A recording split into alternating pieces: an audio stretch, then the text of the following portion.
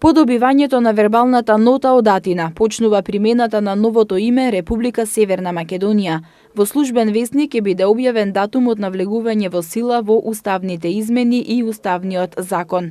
За примената на името ќе бидат информирани и Секретаријатот на Обединетите нации, земјите членки, земјите наблюдувачи на Обединетите нации, како и сите останати меѓународни организации.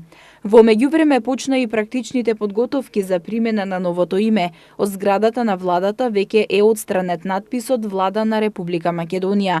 Владата формира интерресорска група која ќе треба да изработи национален акцијски план за спроведување на натамошните мерки и активности, а во рок до 7 дена државните институции, граничните премини и дипломатско-конзуларните представништва ќе треба да ги сменат таблите со новото име на државата Република Северна Македонија.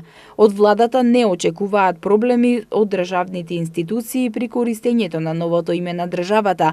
Употребата на новото име на државата ќе биде усогласено и со Законот за употреба на јазиците, што значи дека таблите ќе бидат напишани и на албански јазик, бидејќи, како што изјави неодамна владиниот портпарол Миле Бошњаковски, албанците се 20% на државно ниво. Препораки за промена на таблите ќе добијат и единиците на локалната самоуправа, а секторите и службите за односи со јавност на државните и јавните институции ќе добијат насоки за употреба на уставното име.